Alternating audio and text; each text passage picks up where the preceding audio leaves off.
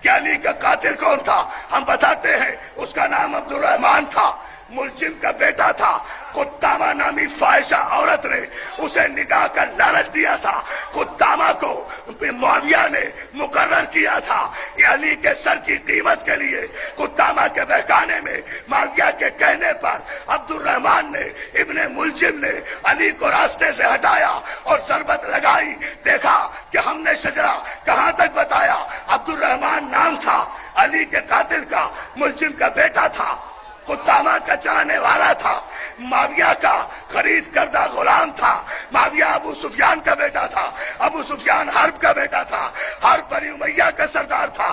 پورا قبیلہ بتا دیا نا، اس لیے کہ ہمارا ماضی قاتلوں سے شرمندہ نہیں ہے۔ اگر تم بھی روکو